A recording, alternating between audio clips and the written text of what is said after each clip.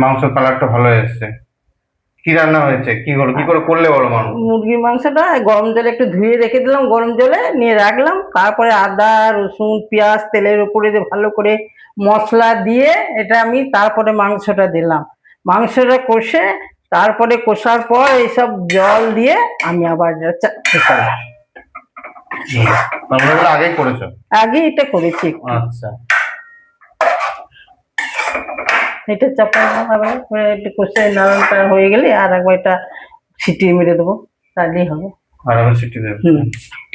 আর কিছু দেবে নাকি এর মধ্যে মশলা? আর না, সব দেওয়া হয়ে গেছে, মশলা সব দেওয়া হয়ে গেছে, আর কিছু দেবার নাই।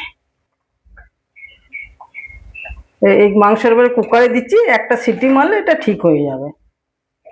হয়ে গেছে নরম সব, একটু হবে তাহলে হয়ে গেছে। বেশি ছেড়ে যাচ্ছে তো মনে হতে পারে, একটু নরম নরম থাকলে ভালো লাগে। হ্যাঁ, একটু নরম হলে মাংসটা খেতে সুবিধা হয়।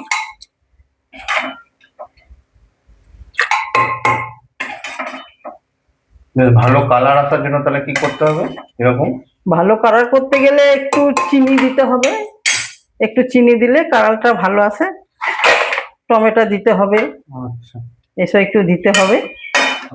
ঠিক আছে।